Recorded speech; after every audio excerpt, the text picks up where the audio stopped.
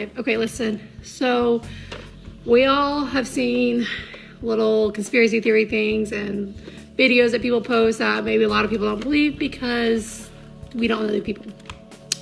I just seen a video on LOL dolls, and when you soak them in ice cold water, and the lingerie outfit that this little girl came out in. I'm gonna do it myself since my daughter has a ton of them, and we're gonna find out if it's really real. Okay, here we go. Okay. Little girl. Nothing on her. Okay. Here we go. You guys. Oh my God. Are you serious? Like you guys see this, right? This is not fake. Okay? Oh my God. Okay, nothing on her. You can see she's kind of got a little white fishnet, which is kind of weird. Here we go.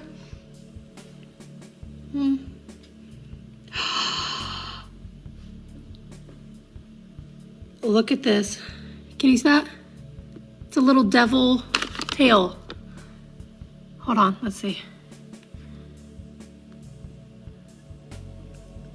Do you see that? Devil tail and wings. Nothing really else. But that. Like, that's enough for me. Here we go, third one. Just a little black girl. Nothing really on her. Okay.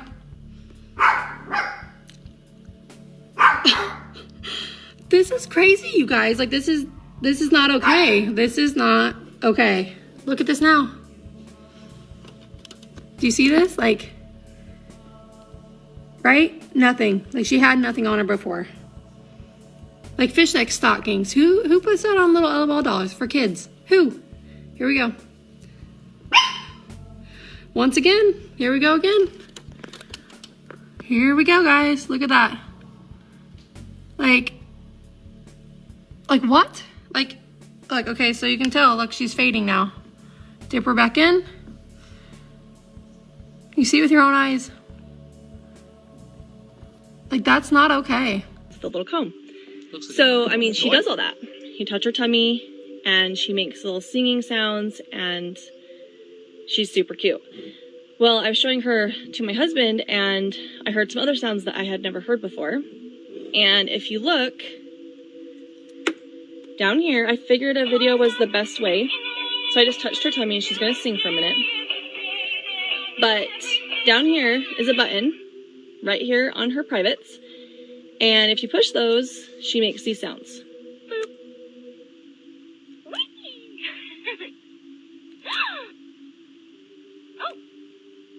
Like a gasping sound.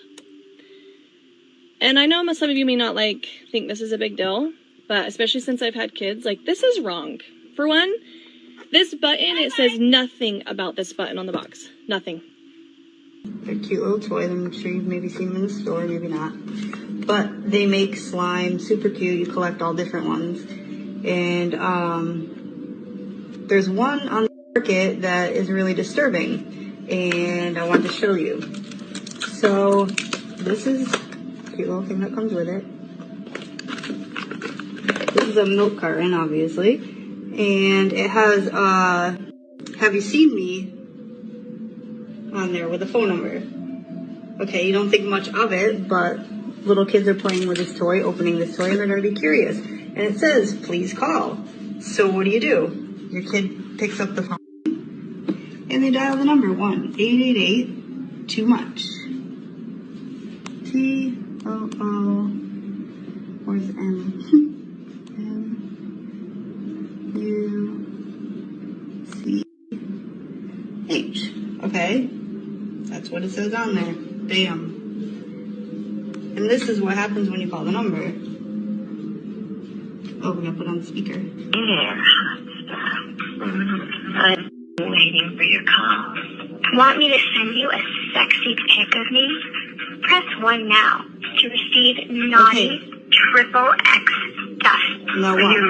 This is bad enough as it is, but if you press 1... By pressing 1, you verify that the mobile number from which you are calling is your own, and you consent to receive promotions from MMS Broadcasting and NTS through autodial calls, text or picture messages, and pre-recorded voice messages. So I'm not going to Consent press to 1 receive these because calls and messages is not a condition of purchase.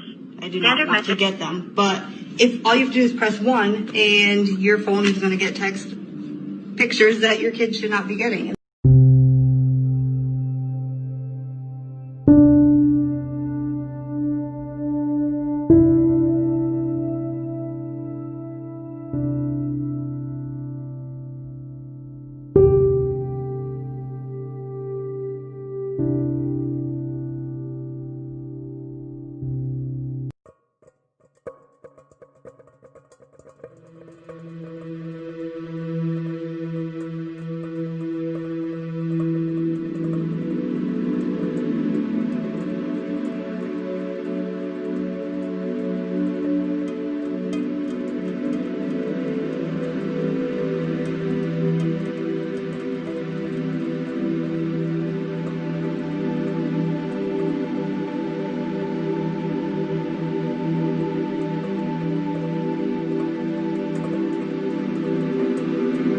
Facial recognition technology uses artificial intelligence to identify individuals and is already part of our everyday lives, from tagging photos on Facebook to verifying our identities at airport immigration. But the use of real-time facial recognition technology in public CCTV cameras has proved controversial in cities around the world, drawing comparisons to China's surveillance and social credit system. We are living in a surveillance state, not unlike China. It's just that our repercussions are different in the Western world. But I think we're actually following down the same path. Controlled environment where people aren't necessarily looking at the camera, and we are recognizing everyone who's there. We've got customers in, well, all the main countries in the US and Europe, in the Middle East, in Asia, Australia, and so on.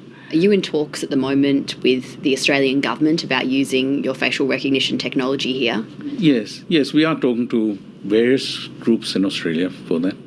But he was reluctant to say exactly where his technology is being tested. I sense that they're a bit cautious and they're concerned about how society will view their use of the technology. So is and that I think they have not councils addressed. Or police that Sorry? are doing, is that councils or police that are doing trials? Both. So which local councils and police areas are trialling your facial recognition technology right now? Again, I think I don't want to talk about specific customers here.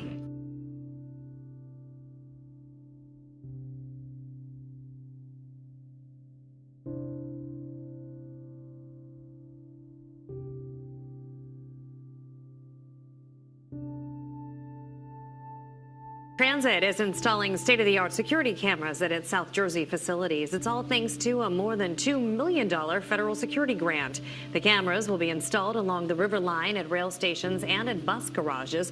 They're equipped with tracking and intrusion detection software. Orlando police have expanded a pilot program testing facial recognition using city cameras. Everywhere we go, everywhere we set foot, rest assured that there's probably a camera that's watching all of our activity. New at 6, we found out they eventually want to expand the program to public and private cameras across the city. The City of Ontario is updating their camera system they have. They want to lower crime in the city, and they think the cameras will help. They will use facial recognition technology. Our Joy Prechtel spent the day in Ontario and tells us how it'll work. Cameras like these ones are being installed throughout the city of Ontario. They're going to be in places that the city owns. So think of, Beck Park where I am, as well as places like City Hall. Now, the city is working to add more throughout the year. And I talked to one downtown business owner today who told me she wants that extra security. London police are set to roll out live facial recognition technology across the city, despite privacy concerns from the government's own surveillance watchdog. The camera will send an alert to authorities when it detects anyone on wanted lists. It has trialled the technology. Now it's to begin using it for real. Scotland Yard says facial recognition cameras will be vital in spotting criminal suspects and missing and vulnerable people.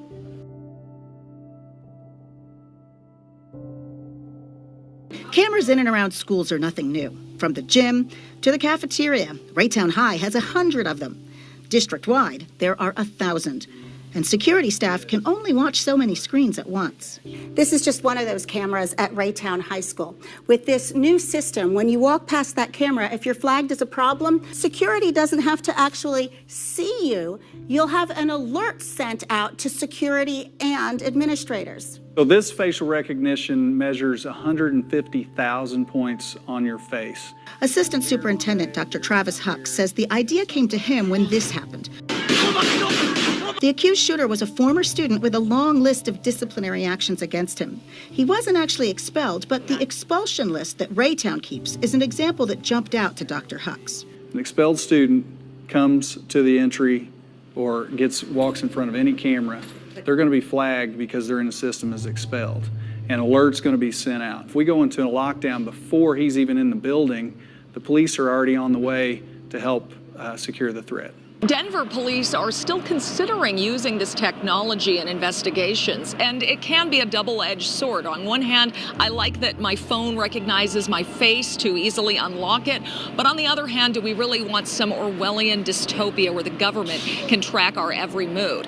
You know, last year, CBI, the Colorado Bureau of Investigation, was considering employing the Morpho Argus, a real-time video streaming facial recognition program. We checked yesterday, and CBI told us they didn't end up buying that program, but they did purchase other software that allows them to take images of people and compare them to mugshots in the federal database. All it's doing is using what's readily available. That is the argument you'll hear from law enforcement, that they're just matching this to mugshots. Critics, however, argue that it could be used on those of us who've never been arrested. If we have an ID in the system, we could be used in a virtual police lineup without our knowledge.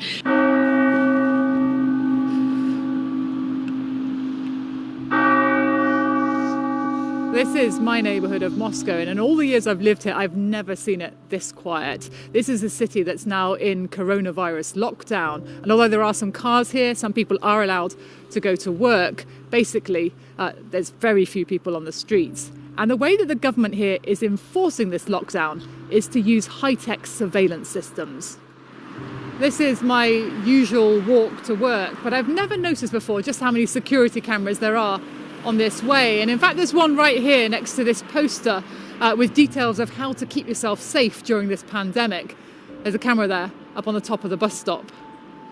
Now, tens of thousands of these cameras across Moscow have been fitted with facial recognition software, and that works in real time, scanning people's faces and sending instant alerts to the police, who can then detect anyone who might be breaking the quarantine.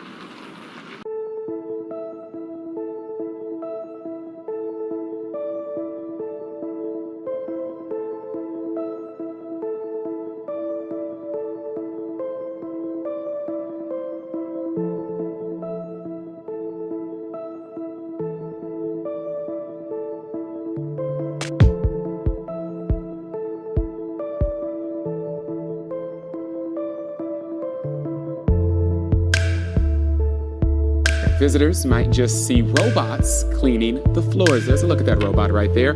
The airport in Hebron is the first in the country to use neo-robots to clean terminal floors. They run around the clock, and these pictures given to us by AvidBots shows what the robots look like and how exactly they work.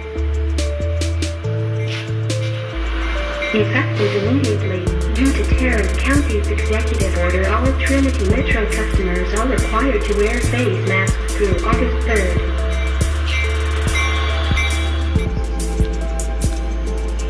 Thank you very much for being on the programme with us today. So give us an idea of what is the plan in Singapore?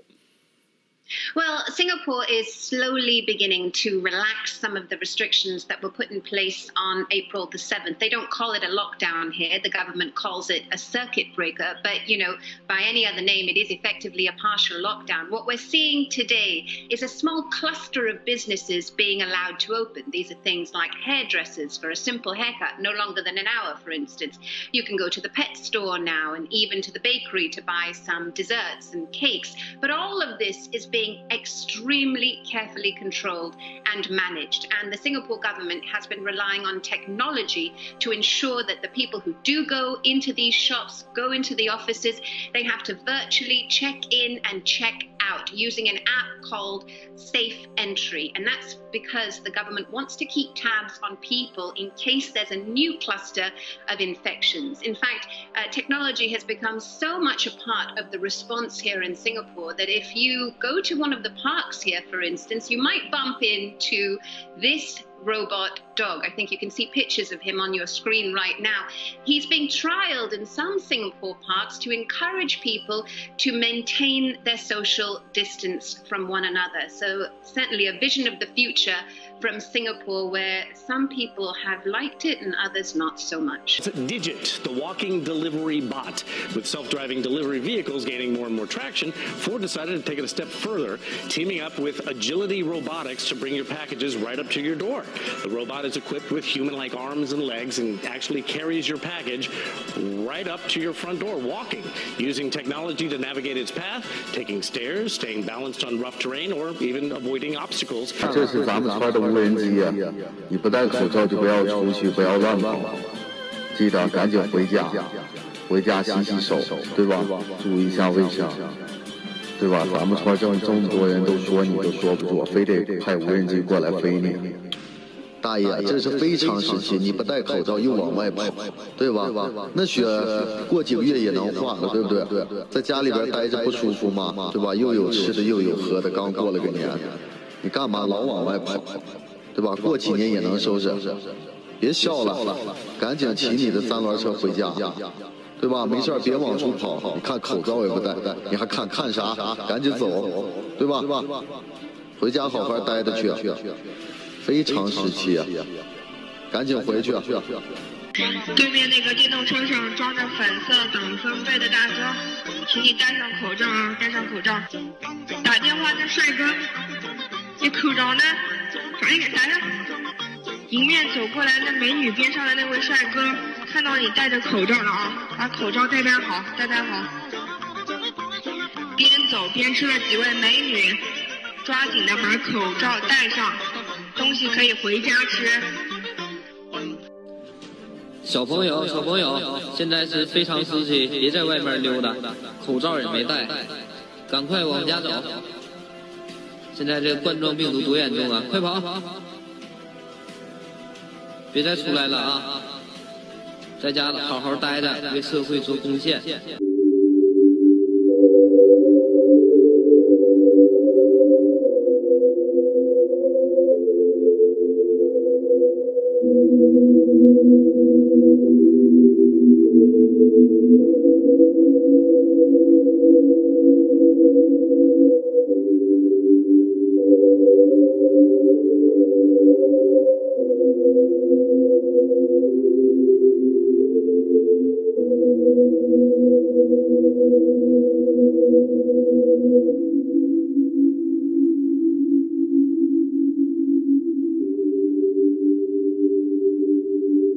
You've probably seen or heard of contact-free deliveries. Drone companies say that concept plays right into their strength. 13 Investigates reporter Joe Bartels shows you how the pandemic could open the doors for the golden age of drones. Experts continue to preach social distancing, that is, staying away from others as much as possible. It's the most effective way to slow the spread of COVID-19.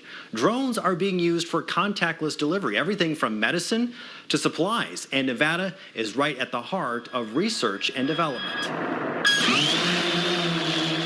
This is a recent live city test in Reno for an unmanned aerial system. So, Mr. President, we're going to go ahead and kick off the operation. Polish President Andrzej Duda is interested. Drone America flew a drone from the top floor parking garage of City Hall and landed it in an area nestled along the picturesque Truckee River. The importance? Successfully demonstrating navigating and flying a drone among buildings, cars, and other manned aircraft.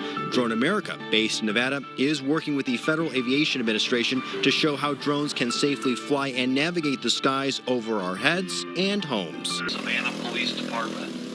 Due to the current health emergency, members of the public are reminded to keep a safe distance of 6 feet from others while in public places to reduce the spread of the coronavirus. Please help us keep you safe. Thank you for your cooperation.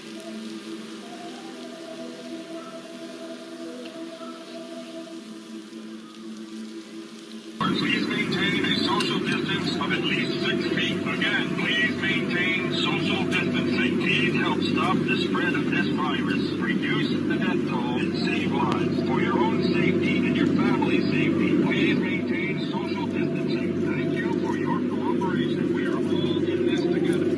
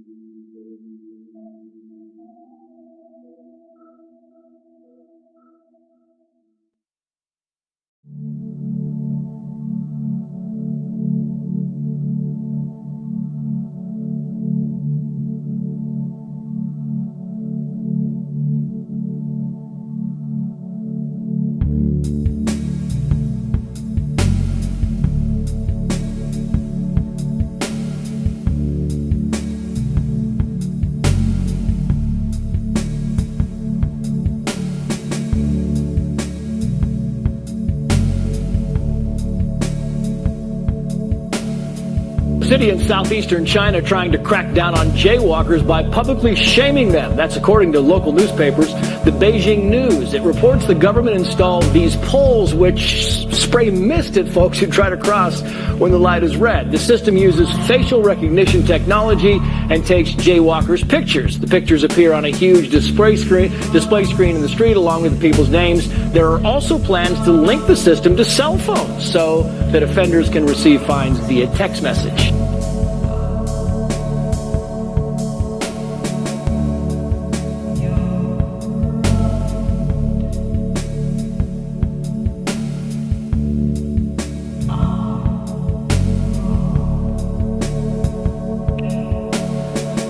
So here's the rebound rundown tonight. The state's health department will be paying a Virginia company more than $6 million to expand its contact tracing program.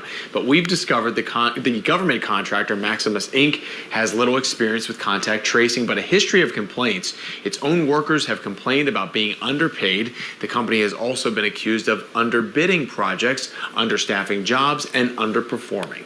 Most recently, its employees contracted by the CDC to inform the public about COVID-19 complained their own call center was not adhering to CDC guidelines. Well, it's a bit like buying war bonds during the war. I mean, there are things that we might not ordinarily do, but in these circumstances, to keep people safe, to save lives, and to save people's livelihoods and get them back to work, if that tool is going to help people do that, then this may be one of the sacrifices we need to make. That you're negative, but you can't be walking around the building. You need to go back upstairs, you need to go back to your room. Okay? First is my house, one. We need to go back to your house then.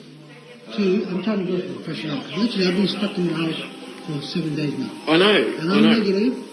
You guys are actually, it's going to be more cases, literally. There's positive people here. And I get that you're saying that you're negative, but the whole building, regardless of who's negative and who's positive, is in lockdown. So you guys need to go back to your taking house. the people that are positive out of the building. This building is in complete lockdown. No one's going in or out. You guys allow a chick to go for a date every day to go for a walk. I haven't been here. I haven't let anyone out. Every day I see a girl coming out here with the dogs to go for a walk. And you guys announced in the Daniel government, they announced that you can go for supervised walks. So I'm asking 3 officers to come with me. I just want to go for some fresh air. You're not allowed outside, mate. Well, in our new normal, experts say that contact tracing will play an increasingly important role. Tracers help to track those who may have been exposed to coronavirus and those that they've come in contact with along the way, a focused approach to slowing the disease's spread. Paterson, New Jersey is a city of 150,000 outside of New York City. It's seen the success of a contact tracing program firsthand. The city is one of the most densely populated in the country, so they doubled the staff on their tracing team to fight the outbreak. Factors we have found that have played into this is gathering homes for things like birthday parties, for funerals, and for Bible study groups. We've continually heard about how coronavirus is spreading and where new cases are emerging from. But how do we actually know this information? Hello? Hi, this is Hiba. I'm a contact tracer from Yolo County Public Health.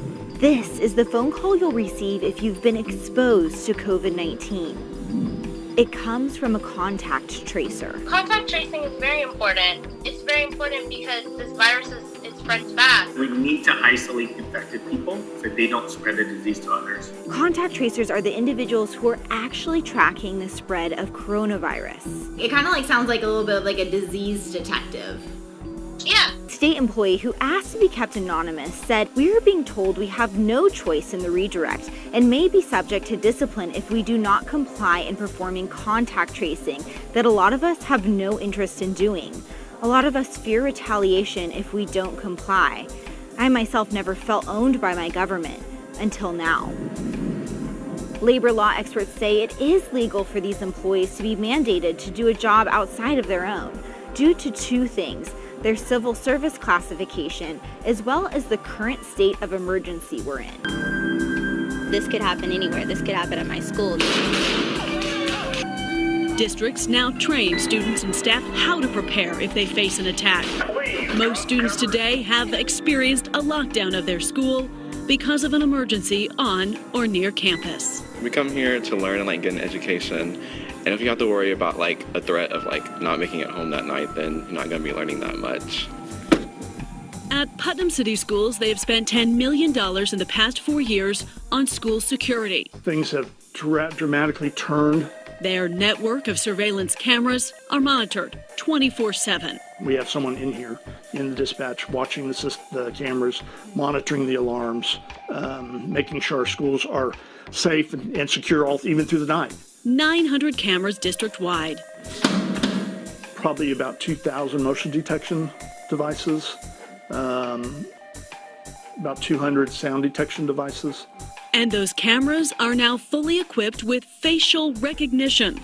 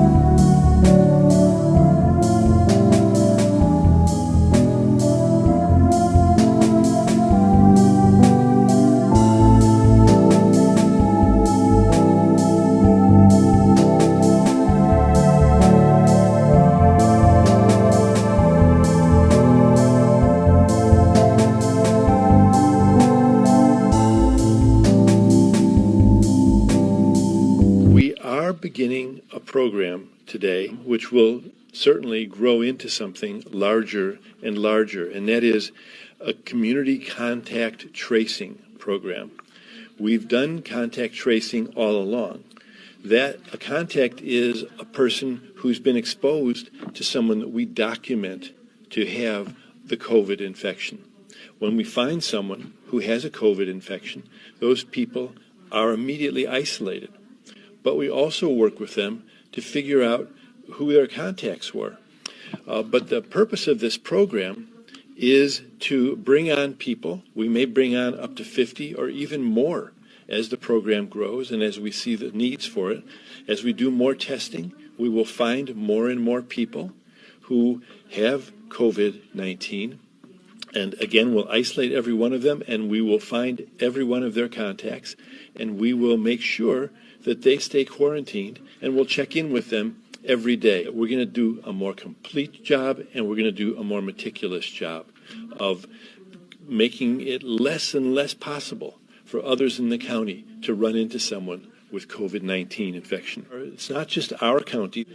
There are going to be thousands of people hired who will be these contact investigators throughout the state.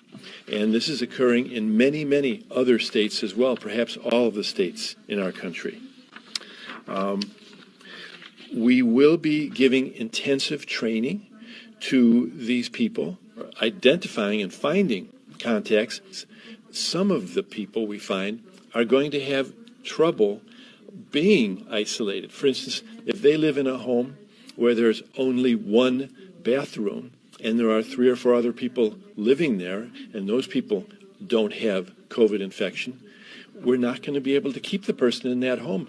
Every person who we're isolating, for instance, needs to have their own bathroom. And so we'll be moving people like this into other kinds of housing that we have available.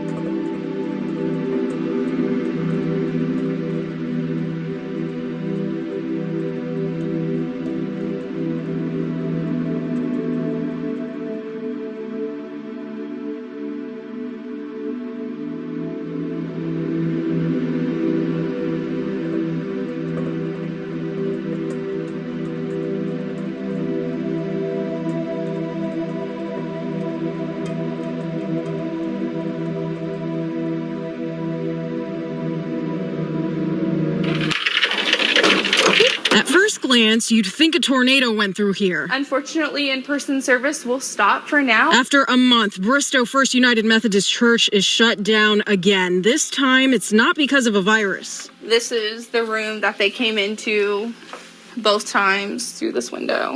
A group of what looks like young teens slipped in through the window of the church's baby room. What happened next speaks for itself. The damage happened last night between 4 and 10-ish. Both floors are trashed, but most of the mess is in the children's education wing. There's paint on the walls, vulgar words on the walls, glass broken, stained glass broken. Senior pastor Kira Calhoun treads through the shards to get in and out of her office. She's still optimistic. We're going to rise up from it. The carpet is ruined. They'll need about 200 new Bibles and hymnals and a new coat of paint. I'm thankful that they didn't do very much damage in here in the sanctuary. To Randy Kazay, this isn't just a building. Finding this place was his miracle. I would probably go back to drinking like I was before, and so it has transformed me. In a house of worship, vulgarity still etched on its front doors. Today, we met crews continuing to clean up the mess left behind.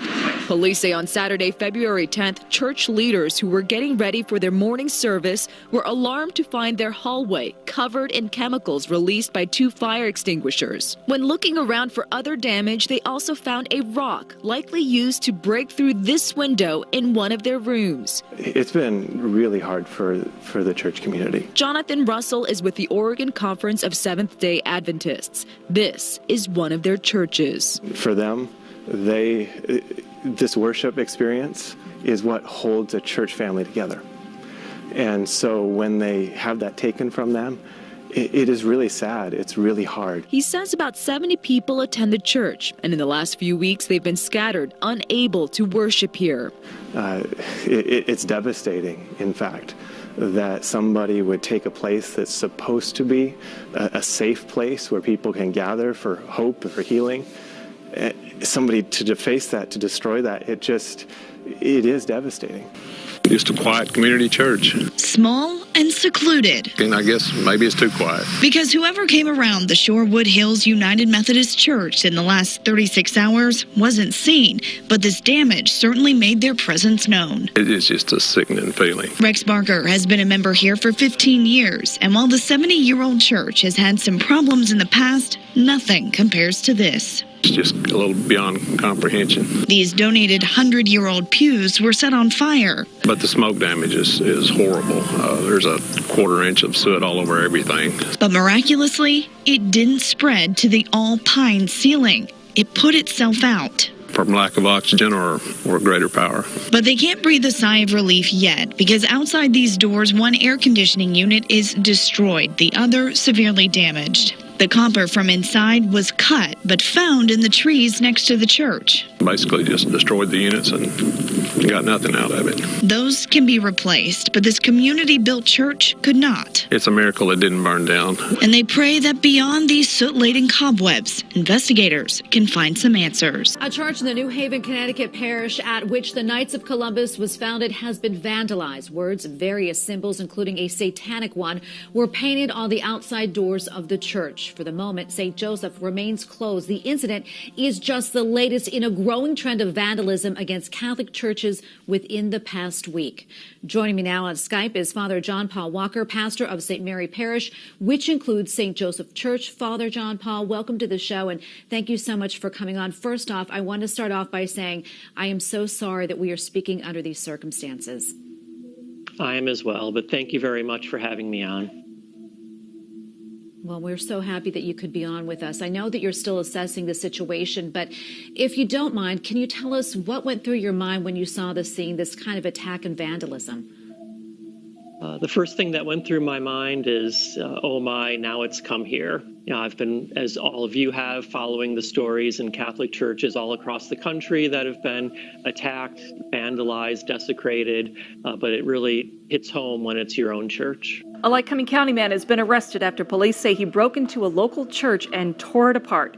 As devastating as this is to happen just days before Christmas, church members have decided to turn their heartbreak into compassion. Eyewitness News reporter Morgan Parrish has the story.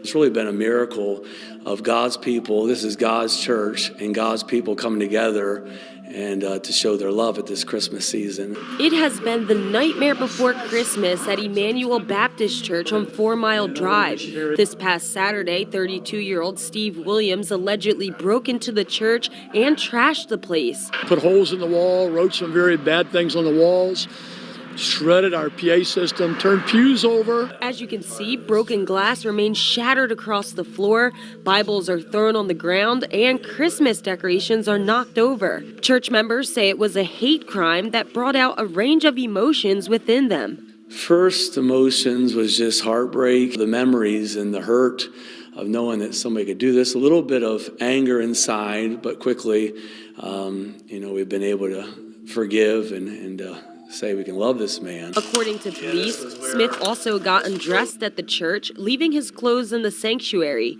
He was then arrested while walking naked. Why, your brothers and sisters, why are you doing this?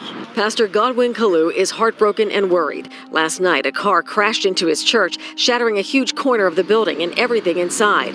A trio of teenagers was seen running from the scene. Police believe they stole the sedan and lost control while on a joyride. Reverend Kalu isn't buying that. This is a straight road. So it's a deliberate act. They just deliberately, boom, inside that. I was shocked.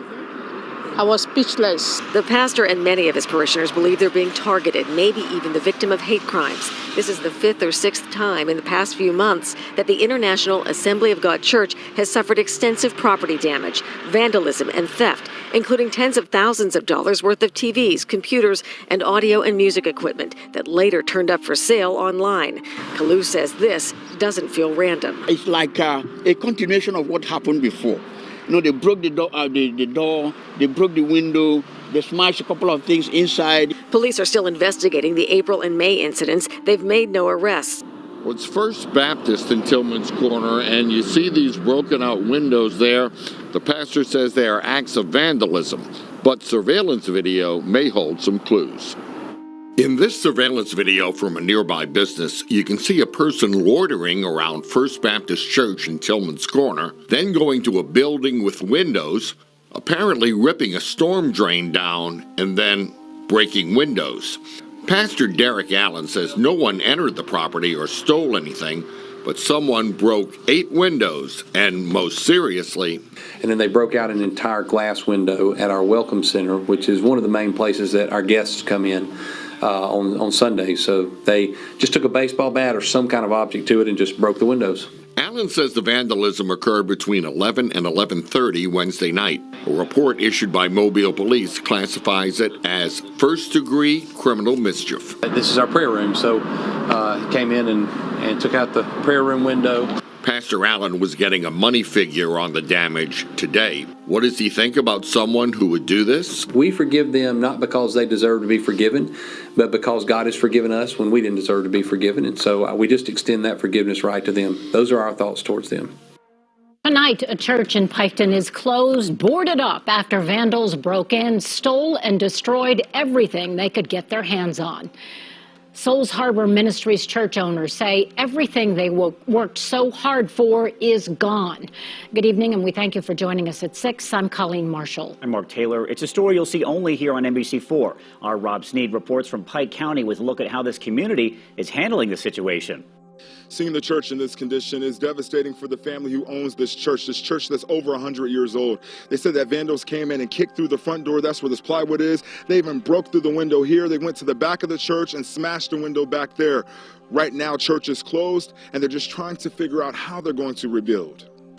The boards on the doors and windows don't even begin to tell it all. The damage inside of the church, much worse. It's not bad enough we're going to steal from a church and vandalize it. It's just trashing it. It takes a special kind of person to be that awful. None of this makes any sense to Lisa Coy. Her father-in-law was the pastor of this church until his death nearly 2 years ago.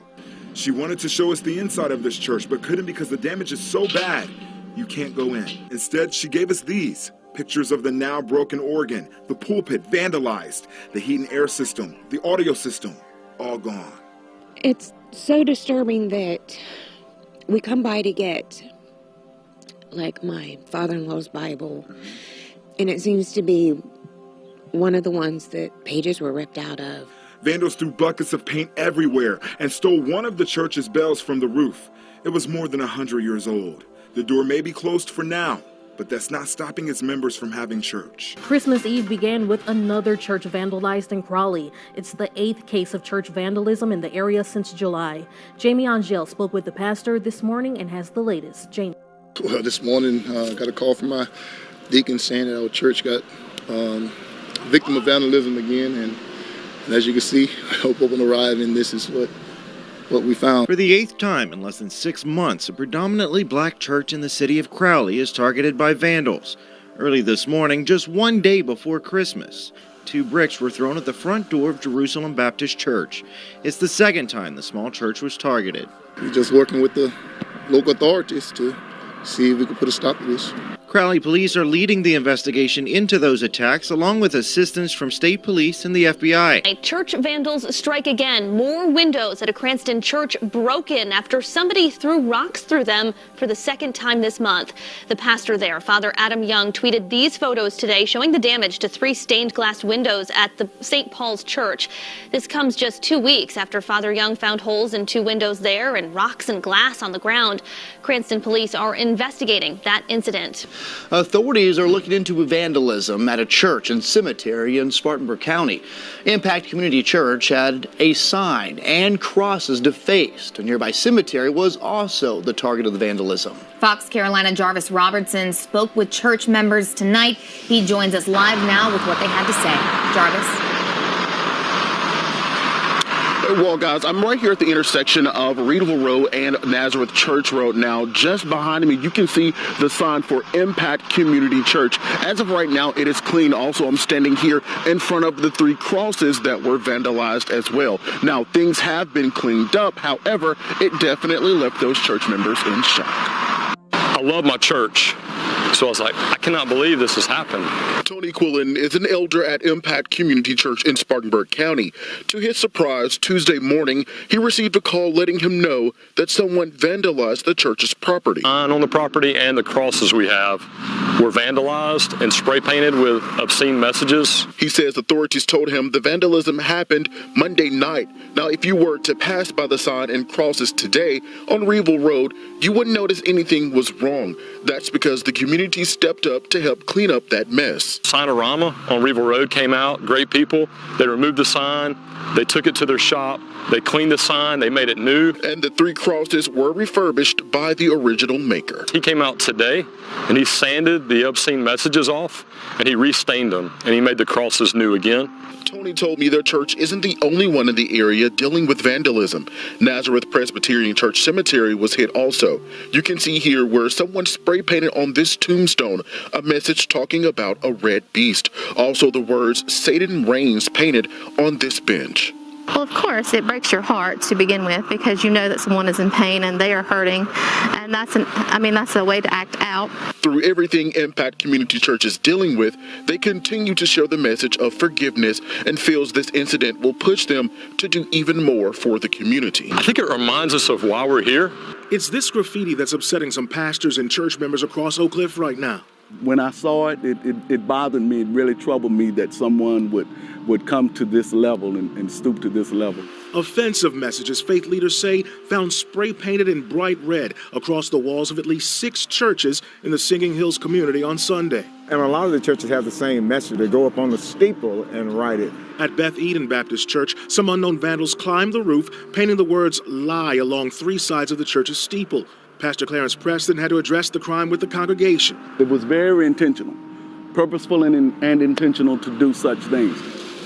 A couple of blocks away, even more disturbing messages left across the walls at St. Luke Presbyterian Church.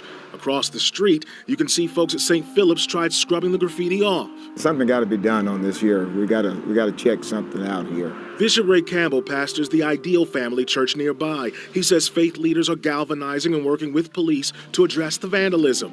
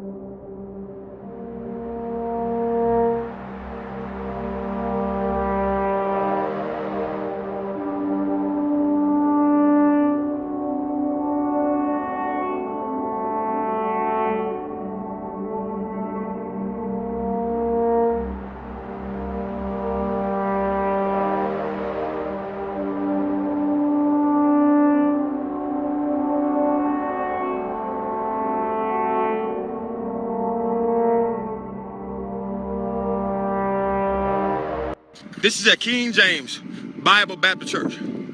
Right now, 2020, April the 9th, 2020, we got all these police officers. Hey, people of God, this is real. This is real deal. I told y'all they was coming to our church today. I told y'all last night that our church gonna be next.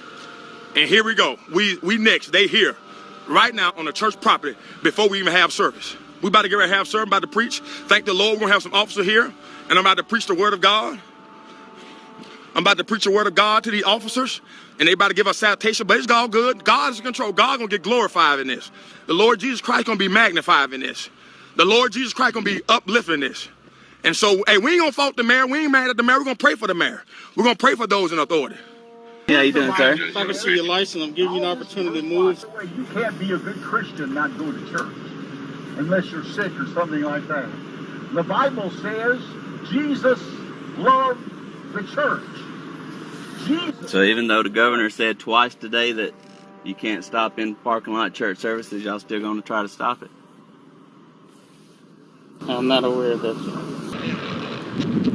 Kentucky State Police troopers cited license plates and left notices on every car's windshield while the owners inside congregating, celebrating Easter at Maryville Baptist Church. The notices say those inside the church need to quarantine for 14 days. Kentucky's governor asked churches to close the doors on Easter Sunday so there wouldn't be any in-person gatherings, preventing the possible spread of coronavirus. These agendas that it's one thing to keep us safe. It's another when it's starting to become a takeover, and I'm starting to feel like I'm in a communist country. Among the Sunday crowd were a lot of new faces, including these two who came all the way from New Jersey. We really wanted to gather for Easter. I have never not went to church for Easter, and I refuse to do it. Even with this situation going on, my Lord is more important. One right that I have is the freedom of assembly, and that's what we did this morning. We got to go to the store, right, because it's essential, and everybody understands that, and nobody's questioning, are you putting your neighbor in danger in a Walmart? This is the same when it comes to this building. Yes. Or any building of faith. There's been a lot of pushback toward the church inviting people to attend service in person. Early Sunday morning, we found nails scattered in the driveway leading in and out of the church parking lot. The pastor here believes those nails were intentionally placed. I felt sorry for the folks that don't have anything better to do than throw nails in the driveway. I mean, what do you do? If you want to confront me, come and talk to me.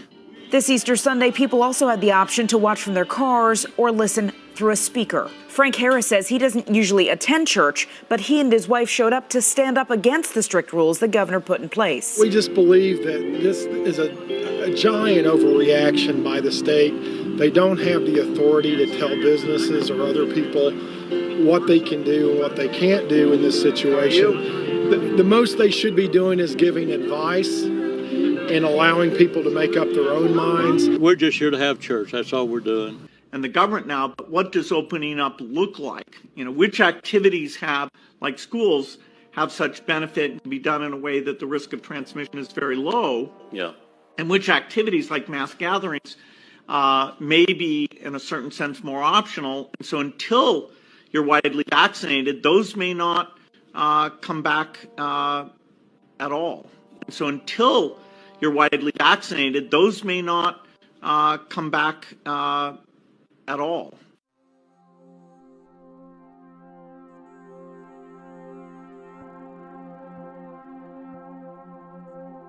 I think that's a very prudent measure. He studies the emission of expiratory aerosols, tiny particles you can't see by the naked eye that carry virus. People don't think about this risk because they don't see it, but it's there. And there's a lot of evidence now that COVID-19 is transmitted via these very small expiratory particles that you can't see, but that you emit a tremendous number of when you sing. But at Crossroads Community Church in Yuba City, Senior Pastor Jim Clark says they won't be silenced. To be honest with you, I think it's ridiculous, personally. I really believe that it is stepping on the constitutional rights from the Bill of Rights of all churches. Pastor Clark says they're taking precautions like distancing seats, checking temperatures, and capping attendance at 25%. The church reopened for in-person service in May before it got the state's blessing. The worsening pandemic is once again affecting houses of worship. While people can still attend, the state is banning singing and chanting during religious services. CBS 47's AJ Cotto has the reasoning and reaction to the mandate. I spoke to the executive pastor here at People's Church, who says they'll be following the order, but says singing is a major part of worship. California's dimmer switch on reopening plans is also turning down the volume. An updated health order states singing is now banned in houses of worship. It's not just the preaching or the prayer or the coming together, but being able to lift our voices, as the Bible says, as unto the Lord and sing together. Brad Levy, the executive pastor at People's Church, says the mandate means that they'll be doing things a bit differently. We will not be having congregational singing. We will still have a worship team that will lead in kind of an environment or an ambiance of prayer and worship, and not congregational singing. The order came Wednesday as Governor Gavin Newsom announced plans to scale back reopening in certain sectors and areas. We were able to bend the curve in the state of California. We're going to bend this curve again. The CDC previously warned against singing and transmission of the virus.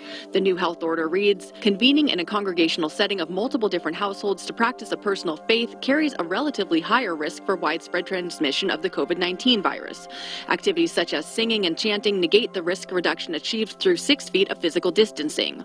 Places of worship must therefore discontinue singing and chanting activities. Earlier this week, New Covenant Community Church immediately stopped in-person services. A deal reached by the National Football League and the NFL Players Association bans players from attending any indoor church services that are above 25% capacity. Alongside its restrictions on attending worship services, the collective bargaining agreement also prohibits players from attending indoor nightclubs and bars, indoor concerts, professional sports games, and indoor parties that include 15 or more people. The deal has not been publicly released, but NBC Sports made no mention of any restrictions on attending protests. Meanwhile, the NFL's Twitter account has been sharing and celebrating pictures of players engaging in protests around the country. If players do violate the rules, NBC Sports speculates that teams may rely on contacts within the community to contact the teams if and when violations are witnessed, or possibly even using a tip line.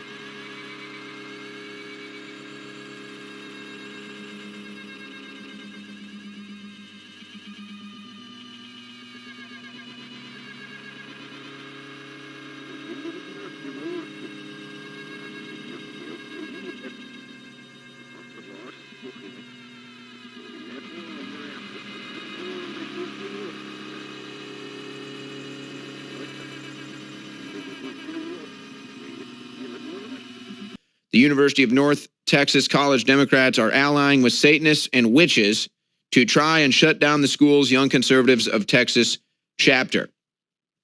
And so it's the stuff that you would normally expect. And one of the individuals that these people have targeted, and folks, whether you believe in this stuff or not, or you think it's all goofy, they really are Satanists and witches. They really do seances and stuff. So again, you can think it's goofy. They're actually trying to put hexes on people. So Kelly Neidert is one of the young conservatives who is fighting against this. She's a chairman of a conservative youth group at the University of North Texas. And so, Kelly, thank you for joining us. Thank you for standing up for your beliefs and not being bullied by these people. You're one of the few conservatives that are willing to do this on a college campus. Oddly enough, it always seems to be women, but good on you for doing it. So you're obviously not in school right now at the time. I don't know if North Texas is planning on going back in the fall or not, or if you have an update on that. But what are some of the things that you're dealing with right now? Is it the typical threats, trying to bully you out of going back to college? Are they doing witch hex seances on you? What has it been like to be attacked by these Democrats and Satanists? So first we had the College Democrats chapter, and then some Gay Alliance chapter, and another 3 liberal organizations on campus create a petition to get us shut down. It got, last time I checked, it had 2,500 signatures on it. We have 40,000 people on campus, so that's, it's not big, but it's not a small number. But aside from that, I've had a lot of these students constantly messaging me, constantly tweeting at me. A lot of it's just hate, but some of it is actual threats. And then we did have a few days ago a self-proclaimed witch start DMing me on Facebook. And then when I posted about that, we got more witches, and they have hexed us. They've hailed Satan, all of this insane stuff all over our Twitter, all over our Facebook. And it's gotten really out of hand. There seems to be quite a few of the self-proclaimed witches in the last few days. So yeah, that's what's been going on with us. Yeah, and so for the radio listeners, if you watch the video here, we're showing the images and screenshots from these quote-unquote witches. Again, folks, they actually believe this stuff whether you do or not. And I'm not necessarily giving them any credence for their weird hexes, but there's no doubt there's satanic energy that comes down on you when you try to fight this stuff. And I'm sure that Kelly is probably dealing with that as well. But I'm a little confused because I read this. What exactly are they upset with your group or with you about? It seems to be the same thing where they just claim hate speech or make a claim, but they never show any quotes. They never give any examples. Is this just because you're a conservative and so therefore they deem you as bad and so you must be canceled? I believe so. I think a lot of it is what's going on right now with Antifa out there and Black Lives Matter. I think that a lot of these students, these leftists, wanted a project, so they just decided they'd cancel us again. We've gotten, throughout our last couple of semesters at UNT, we've gotten canceled before, I guess. People have tried to cancel us, but it's never been to this extent. So I really think that they just kind of wanted a project to take on, because we haven't been on campus since the beginning of March. So we're not out there doing any events or anything. We're just laying low. It's summer. So I would say they're definitely just trying to get rid of us because we're conservative. They say that that's not it, but we're the only active conservative group on campus. Satanic Temple. Satanic Temple? We're atheists and we're Satanists. Are you for or against Trump? We're against Trump. Why? Why do you think? He's going to take most of our rights away. Not happy about that. We want to protect you. Because it's where it comes off in the middle.